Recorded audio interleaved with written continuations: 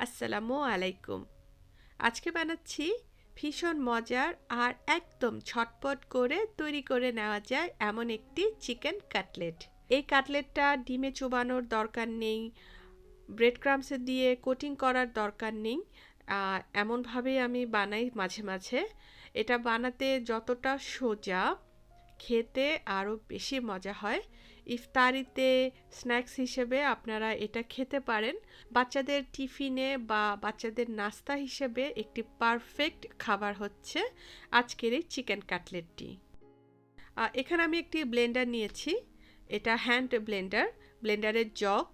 আপনারা চাইলে নর্মাল যে ব্লেন্ডার আছে সেটা ইউজ করবেন। হ্যান্ড ব্লেন্ডারটার মধ্যে আমি দিয়ে দিচ্ছি 2 কাপ মুরগির সিদ্ধ করা বুকের মাংস, একটি ডিম ভেঙে দিয়ে দিচ্ছি, লবণ দিয়ে দিচ্ছি পরিমাণ মতো, 3টি কাঁচামরিচ টুকরা করে দিয়ে দিলাম, 3টি বড় রসুনের কোয়া টুকরা করে এখানে দিয়ে দিলাম, টুকরা করে কাটা আদা দিয়ে দিলাম হচ্ছে গিয়ে 1 চা চামচের মতো, 4 টেবিল চামচ দিয়ে দিলাম পেঁয়াজ বেরেস্তা, 3-4 টেবিল চামচ ধনে পাতা দিয়ে দিলাম, 1 চা চামচ গরম মশলা গুঁড়া দিয়ে দিলাম, 1 চা চামচ লাল মরিচের গুঁড়া দিয়ে দিলাম, 1 চা চামচ দিয়ে দিচ্ছি জিরা গুঁড়া, 1 চা চামচ লেবুর রস দিয়ে দিলাম। সবগুলো উপকরণ ব্লেন্ড করে নিব। এই যে ভালোভাবে স্মুথলি ব্লেন্ড করে নিব। আপনারা চাইলে পেঁয়াজ বেরেস্তার জায়গায় কাঁচা পেঁয়াজও দিতে পারেন, তবে আমার কাছে এই টাইপের কাটলেটগুলোতে ফ্রাইড অনিয়নটা মানে পেঁয়াজ বেরেস্তাটাই বেশি ভালো লাগে। ব্লেন্ড করা হয়ে গেছে, একটি বাটিতে তুলে রাখলাম।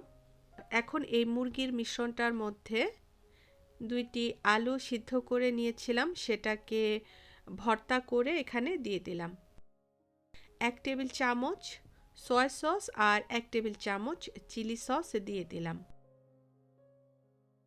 দিয়ে দিচ্ছি এর মধ্যে 2-3 টেবিল চামচের মতো ব্রেড ক্রাম্বস। ভালো করে মেখে নিব। মাখা হয়ে গেছে, এখন কাটলেটের শেপ দিয়ে দিচ্ছি। আপনারা আপনাদের পছন্দ মতো যে কোনো শেপেই বানাতে পারবেন। আমি এই যে এভাবে একটু চ্যাপ্টা চ্যাপ্টা করে আর একটু লম্বাটে করে বানিয়ে নিচ্ছি। আপনারা চাইলে এই কাটলেটগুলো ফ্রোজেন করতে পারেন। তো এখন ভেজে নিব।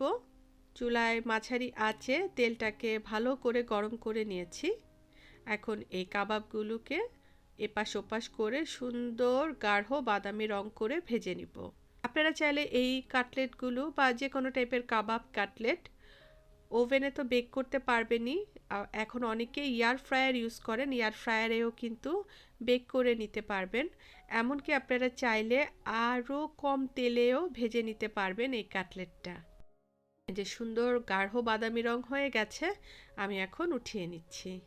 ভীষণ মজার অল্প উপকরণের এই কাটলেটটি আপনারা বানিয়ে দেখবেন, আশা করব আপনাদের ভালো লাগবে। বাচ্চারা খুবই পছন্দ করবে, এমনকি ব্রেডের ভিতরে দিয়েও খেতে কিন্তু এটা খুবই মজা লাগে। আমার আজকের ঝটপট চিকেন কাটলেটের রেসিপিটি ঝটপটভাবে শেষ হয়ে গেল। আশা করব আপনাদের ভালো লাগবে। আর যদি ভালো লেগে থাকে তাহলে আমার চ্যানেলটি আপনারা সাবস্ক্রাইব করতে পারেন যদি চান আর কি। তো চলে যাচ্ছি, ভালো থাকবেন সবাই, আল্লাহ হাফেজ।